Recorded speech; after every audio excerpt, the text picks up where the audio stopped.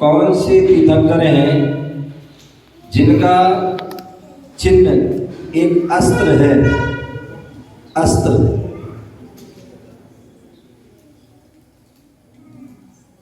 ऐसे कौन से तीर्थंकर हैं जिनका चिन्ह अस्त्र है?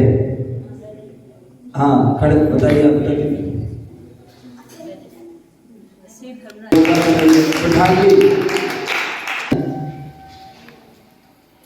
वह कौन से तीर्थंकर हैं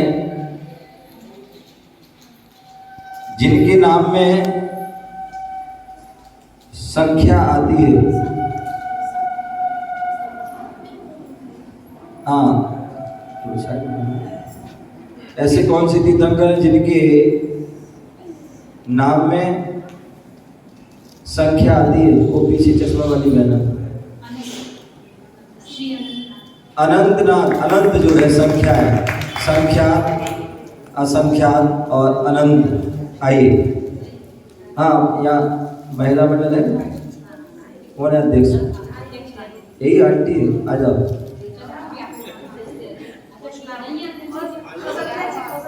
अरे कोई बात नहीं, कोई तो आ जाए। अच्छा, ऐसी बात है। हाँ, दीजिए। अगला, और आपके लिए बताना है,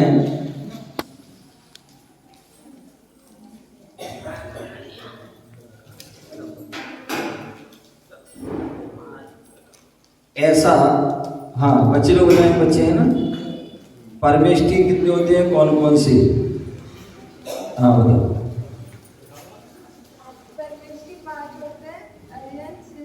ऐसे नहीं बोलना है।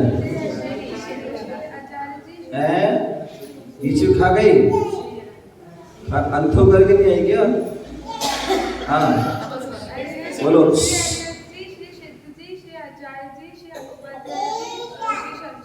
बहुत बढ़िया, जोरदार। हाँ, यहीं से। ओम नमः सिद्धेभ्यः। हाँ बोलिए अपनी अपनी जिज्ञासा। माइक दे दे।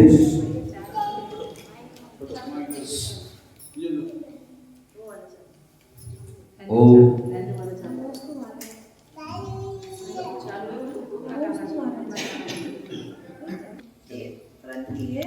जैसे अपन उस अचार को बनाए और मसाला मिला दे, धना और मिर्ची, उसकी मर्यादा बन सकती है। ऐसा कहीं पर लिखा है? नहीं, कोई अचार,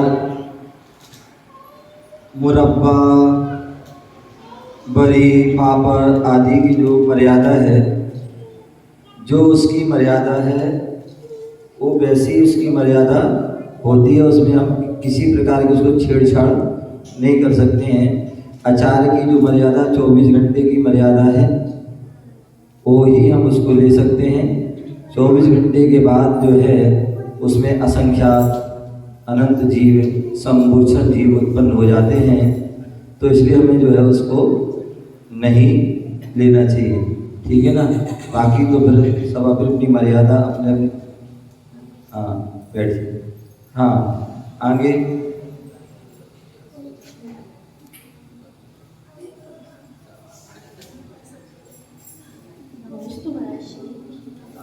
नमोस्तु महर्षि। मेरी शंका यह है, महाराज जी जैसे बोलते हैं कि द्विदल, तो द्विदल में महाराज जी एक धारणा ये है कि जिसको प्राशुक करके दूध और फिर दही जमाया जाए तो उससे द्विदल नहीं होता है, और एक ऐसा है कि नहीं, द्विदल कच्चे से जमाते हैं तो द्विदल होता है। तो महाराज जी सही क्या है? ये जो है आपने जो बात कही है, ध्यान रखिए। आचार्य समंत्रभद्र स्वामी हुए और उन्होंने रत्नकांड श्राप का 4 ग्रंथ में लिखा है द्विदल की परिभाषा क्या है। तो वहाँ पर उसका व्याख्यान करते हुए लिखा है, जो कच्चे दूध से जो दही बनाया जाता है और उस दही के माध्यम से हम दही पकौड़ा का दही बड़ा बनाते हैं अथवा कड़ी आदि बनाते हैं, या जिसके दो दल हो जाते हैं, जैसे दलहन और दाल आदि, उनको हम यदि सेवन करते हैं, हम मुख में आने से जो है उसकी लार आदि बनने से उससे संकोचन जीव आदि की जो है हनन होता है, ऐसा जो है उल्लेख है। तो इसलिए हमें जो है उस कच्चे दूध दही आदि के माध्यम से उसका जो है दूध आदि नहीं लेना चाहिए। और यही कारण है कि जो है जो पुराने संत साधु होते थे वह गरम दूध करके जो मर्यादित दूध होता है उसके जो है दूध के माध्यम से दही जमता था, और दही की भी जो मर्यादा है और उस मर्यादा के बीच में जो है उसकी जो कड़ी आदि बनाते थे, तो उस कड़ी आदि को या दही बड़े आदि जो भी हैं उनको वह सेवन करते थे। ऐसा जो है हमारा उल्लेख ऐसा भी मिलता है। दूसरी बात, देश आदि की परंपरा के अनुसार भी, प्रांत आदि की परंपरा के अनुसार भी वह कुछ पद्धतियाँ चलती हैं। जैसे अपने यहाँ बुंदेलखंड साइड यहाँ पर जो है चाहे वो कच्चा दूध और दही हो, कच्चा पक जो है गरम दूध आदि का हो, जो उसको दूधन मानते हैं, और वो जो है उसकी कड़ी दही बड़े आदि जो है जो ज्ञानी जीव होते हैं, जो शुद्ध जो अपने व्रत आदि का पालन करते हैं, आवक्ष आदि का इनका वक्त त्याग आदि है, ऐसे लोग जो है उनका वह सेवन नहीं करते हैं। बाकी सामान्य व्यक्ति है, सभी लोग रायता आदि दही बड़ा आदि भी खाते हैं, तो इस बात का ध्यान रखना चाहिए। और भी जो है जब हम बहुत से ग्रंथ पढ़ते हैं तो बहुत से ग्रंथ तो मतलब जो है विद्वानों ने बहुत सारी इस बात को बहुत खींच दिया, यहाँ तक कि जो है आप संयम प्रकाश ग्रंथ पढ़ेंगे उसमें जो है बहुत सारी बातों का लिख दिया। कोई भी आप ड्राई फ्रूट के साथ ऐसे दूध नहीं पी सकते, ये नहीं कर सकते आदि, जिसमें धना डला हो, कहीं जीरा डला हो, ये बनाओ हो बनाओ, तो उसमें सब उसका दूधन मान दे। तो ऐसा जो है हमारे आगम में कोई विधान नहीं है। केवल आगम में जो सही विधान है तो विधान है कच्चे दूध का जो बना हुआ दही, उसको हम जो है दूध दाल आदि बेसन आदि बात जो भी है उनके साथ हम नहीं ले सकते हैं। मुख्य ये है, बाकी जहाँ जैसी जो परंपरा है उसके अनुसार हमें करना चाहिए। तो महाराज जी जैसे बरबटी है ये तो कच्चा है, जो गीली सब्जी वगैरह, तो उसमें जो दाने रहते हैं उसके साथ नहीं होता है ना। मैंने बोल दिया ना, मेन क्या है कच्चे दूध दही का है, उससे वो नहीं होता है, बाकी जो है समझ गए ना। तो इस बात का हमें ध्यान रखना। चलिए, हाँ जी, यहाँ पर कोई किस, हाँ दादाजी,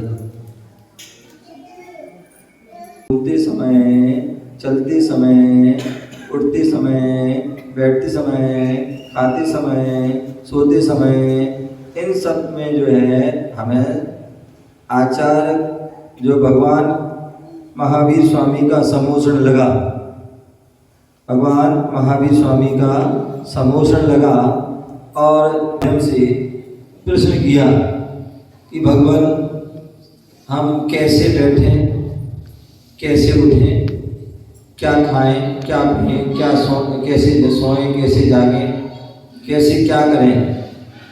तो उन सभी का प्रश्न का भगवान महावीर स्वामी ने प्रश्न का सभी का एक जवाब दिया कि हम जो भी क्रिया करें यत्न पूर्वक करें, सावधानी पूर्वक करें। हम खेलते हैं तो सावधानी पूर्वक खेलें, ठीक है ना। कूदते हैं तो सावधानी पूर्वक कूदें, जिससे कोई जीव की सबसे अच्छा तो पहले हम कूदें ही ना, और कूदते हैं तो देख करके कूदें, चलते हैं तो देख करके चलें, बैठते हैं तो बैठ जो है जो देख करके बैठे, उठे तो बैठ करके उठे, ठीक है ना, मतलब देख करके बैठे। उसी प्रकार जो है खाते हैं तो भी देख कर खाएं, सोते हैं देख करके सोएं।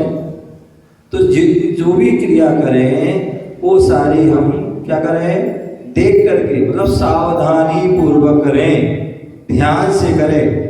ना एक पहले के जो बड़े बुजुर्ग होते थे वो सीख देते थे, भैया कोई भी काम करो देखभाल के करना।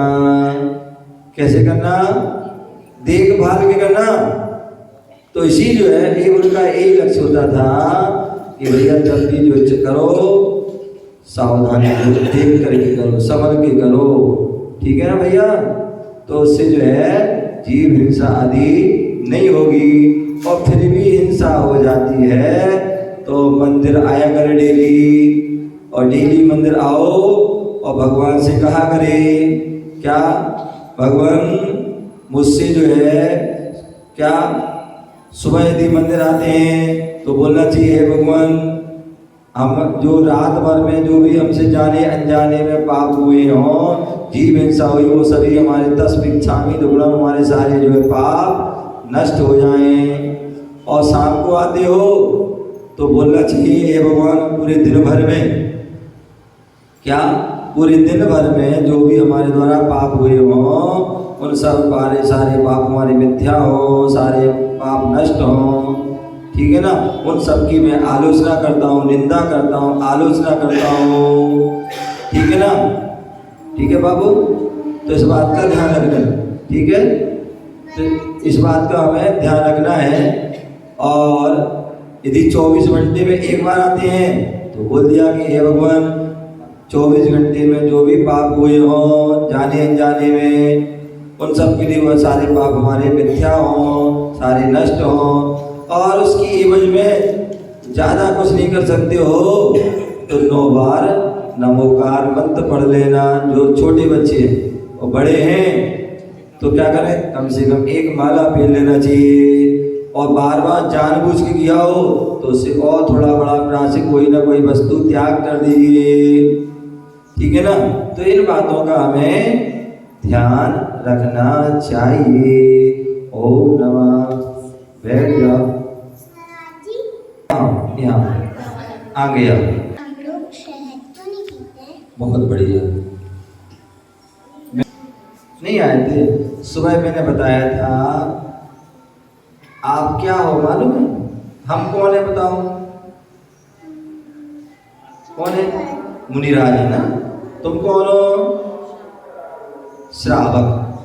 क्या हो, जितने भी जेंट्स हैं वो क्या है, श्रावक है। ये सब कौन है, श्राविका। महिलाएं जो है वो क्या है, श्राविका। और जेंट्स कौन है, तुम कौन हो, श्रावक। तो ध्यान रखिए श्रावक और श्राविका जो होते हैं वो कौन होते हैं, मैंने आज सुबह बताया था। जो श्रावक श्राविका होते हैं वो कौन होते हैं, तो जो अष्टमूल गुणों के धारी हों। क्या हो, जो अष्टमूल गुणों के धारी हों वो श्रावक और श्राविका होते हैं, ठीक है ना। अब वो अष्टमूल गुण क्या होते हैं, तो 5 उदंबर फल। क्या, 5 उदंबर फल और 3 मकार। 5 उदंबर फल कौन है, जो बड़, पीपल, ऊमर, कटूमर, पाकर, ये छोटे फल होते हैं। इनको फोड़ोगे तो बहुत सारे जीव निकलेंगे। तो ऐसे उन 5 फल को नहीं खाना, ठीक है ना, ध्यान रखना। और 3 जो है मकार। मकार मतलब जिनके नाम के आगे माँ अक्षर हो। क्या हो, जिनके नाम के अंदर माँ अक्षर हो वो मकार है। तुम्हारा क्या नाम है, सिद्धजैन। तो जो है जिनके अंदर जो है माँ अक्षर हो वो मकार है। अब वो 3 मकार कौन से हैं, मकार 3 होते हैं। कितने होते हैं, 3, मध्य, मास, मधु, ठीक है ना। ये 3 मकार हैं। ये 3 मकार जो है इनको हमें क्या होना चाहिए, बचपन से ही छोड़ देना चाहिए। क्यों, मध्य मतलब शराब। शराब जो बनाई जाती है वो क्या होती है, महुआ आदि सड़े हुए फलों को सड़ा करके, महुआ को सड़ा करके, ठीक है ना। वो जब सड़ाते हैं तो उसमें क्या होता है, पानी डालते हैं, और पानी डालते हैं तो उसमें एक बूंद में असंख्यात जीव होते हैं अनछले पानी में, ठीक है ना। तो ऐसे जो है वो कई दिनों तक सड़ाते हैं तो इसमें और कितने सारे जीव उत्पन्न हो जाते हैं, वो जन्म होते हैं मरते हैं, जन्म होते हैं मरते हैं। तो और उसमें उससे क्या होता है, नशा के लिए अनेक प्रकार की जो है वस्तु डाली जाती है, तो वो नशा हो जाए उत्पन्न होता है। तो इसलिए ऐसी उस शराब को जिसमें जीवों की प्रार्थना हो, वो हमारे जीवन को खराब कर देती है, हमारे जीवन में अनेक प्रकार के रोग उत्पन्न कर देती है, जो नशा का आदि बना देती है, ठीक है ना।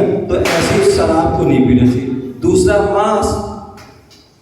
हमारे यहाँ दो प्रकार के जीव गए हैं, एक स्थावर जीव जिनके एक इंद्रिय होती है वो स्थावर हैं, और जिनके जो है 2 इंद्रिय 3 इंद्रिय 4 इंद्रिय 5 इंद्रिय होती हैं, उनके जो है वो उनको त्रस कहते हैं। तो जो 2 इंद्रिय से लेकर के 5 इंद्रिय के जीव का जो कलेवर मतलब जो शरीर का अंग है, शरीर का जो है मांस आदि है, मांस का पिंड है, ठीक है ना, और उसको खाना ये क्या है, मांस है। उस जो है जो जिसका मांस है वो उसका तो हिंसा हुई है, इसके अलावा जो है उस जीव के जो है मरने पर क्या होता है, या मारने पर अंतर्मुख बाद 48 मिनट बाद असंख्यात जीव उत्पन्न होते हैं, संपूर्ण मरते जन्म होते मर होते। तो ऐसे उस मांस को खाने से उसमें अनेक जो है जीवों की प्रार्थना का दोष लगता है। तीसरी बात, जो मधु माने शहद, जिसे हम पेपर क्या कहते हैं, अनेक भी कहते हैं, अनेक नाम। तो ऐसा जो शहद है शास्त्रों में उल्लेख मिलता है। पहले जो है जो उसको निकालने का जो पहली बात, तो शहद क्या है, जो मधुमक्खी होती हैं फूलों पर बैठती हैं और फूलों का पराग लेती हैं, और उस पराग को जो है क्या करती, लेकर के खा करके पेड़ पौधे पर जाकर वहाँ एक छत्ता बनाती हैं और उसमें उसका वमन कर देती हैं, उल्टी कर देती हैं, और उस उल्टी से वो क्या होता है, वो शहद बनता है। तो एक तो वो उल्टी है, तो वो उल्टी को हम नहीं खाना चाहिए, सुन रहे हो। दूसरी बात जो है, कहते हैं एक यदि शक्कर का दाना यहाँ डल जाता कितनी सारी चीटी हो जाती है। तो जो क्या होता है, जो उल्टी है या जो फूलों का जो रस है वो जो है मीठा होता है। फल मीठे होते ना, आपने एप्पल खाया, बनाना खाया, मीठे होते ना, अंगूर है आदि जो सब मीठे होते हैं। तो ऐसी जो फूल का जो होता है वो रस भी उसका जो है मीठा होता है। तो उस मीठे पर अनेक प्रकार के जीव जंतु भी बैठ जाते हैं, मक्खी आदि बैठ जाती हैं, मक्खी उसमें अंडे दे देती हैं।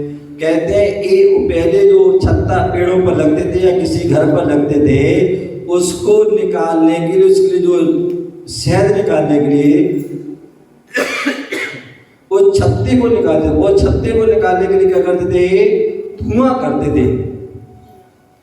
क्या करते थे, धुआं करते थे। और उस धुआं से क्या होता था, उस धुआं से क्या होता था, जितने भी उसमें जीव जंतु, यदि यहाँ पर धुआं हो जाए क्या होगा, आपकी आंखों में लगेगा, आपकी आंखों में दर्द हो जाएगा, और जो छोटे जीव हैं वो तो मर ही जाएंगे अग्नि से या उसकी गर्माहट से या धुएं से। तो ऐसे जो मधुमक्खी होती हैं या उसके अंडे आदि होते हैं, उसमें आग लगने से, उसकी गर्माहट से, धुएं से वो सब खत्म हो जाते हैं, समझ गए ना। तो इसलिए हमारे लिए जो है क्या नहीं करना चाहिए, शहद आदि नहीं खाना। एक तो वो अभक्ष भी है और उसमें जीवों की अनेक प्रार्थना होती है, इसलिए भी अभक्ष है। और वो उल्टी है तो वो भी जो है पमन है, इसलिए भी वो अभक्ष है। इसलिए हमें शहद आदि को नहीं खाना चाहिए। जब भी आप बीमार हो, आपको खांसी हो, जुकाम हो या और बीमारी हो, डॉक्टर बोल दे कि ये दवाई को आप, या वैद्य बोल दे आपको ये दवाई शहद में खाना है, या अंग्रेजी दवाई किसी में हमें ये होना जिसका त्याग दवा शहद का त्याग है, जिसका मांस का त्याग है, जिसका अंडे का त्याग है, या जिसका और भी वस्तु, तो उन लोगों को बाजार की आयुर्वेदिक जो एलोपैथिक दवाई नहीं खाना चाहिए, क्योंकि उसमें किसी में शहद, किसी में अल्कोहल आदि, कोई ना किसी में जो है और भी चीज उनको उसमें रहता है, इसलिए हमें वो नहीं खाना चाहिए। यहाँ तक कि जो है होम्योपैथिक की दवाई होती है, वो गोली तो सब बराबर होती है, सामान्य गोली होती है, लेकिन उसमें जो बूंदवारी होती है उसमें जो है वो अशुद्ध होती है, किसी में मछली का तेल, किसी में कुछ का तेल, किसी में कुछ, तो ऐसे उस होम्योपैथिक की दवाई भी नहीं खाना चाहिए। तीसरी जो दवाई होती है वो आयुर्वेदिक दवाई, आयुर्वेदिक जो जड़ी बूटी हैं, भस्म आदि हैं, जो शुद्ध तरीके से गोली आदि भी बनाई जाती हैं, उनको ही खाना चाहिए। कैप्सूल आदि जो बनते हैं, बोले जो गाय आदि की जो चर्बी आदि के माध्यम से जो बनाए जाते हैं, तो ऐसे उन कैप्सूल आदि को नहीं खाना चाहिए, गोली आदि ही हम खा सकते हैं, जो आयुर्वेदिक आदि हैं, या जो भस्म है, या अपने जो घर की बहुत सी दवाई होती हैं, समझ गए, उन चीज़ों को हम खा करके क्या करते हैं, हम अपने रोगों को दूर कर सकते हैं। लेकिन शहद, मांस और जो है मद्य मांस, मधु, इनका हमें सेवन नहीं करना चाहिए। शहद खाने से शास्त्रों में उल्लेख मिलता है, 1 बूंद शहद खाने से 12 गांव के लोग, अथवा कहीं पर 9 गांव, कहीं पर 7 गांव को जलाने का दोष लगता है। जहाँ पर 7 गांव, 9 गांव, 12 गांव को जलाओगे तो कितने असंख्यात जो है पंचेंद्री, 4 इंद्री, 3 इंद्री, 2 इंद्री आदि जीव और 1 इंद्री आदि जीव भी मर जाते हैं। तो इसलिए जो है शहद को नहीं खाना चाहिए, इस प्रकार जाना चाहिए। ओम नमः सिद्धेभ्यः। आपका समय हो गया।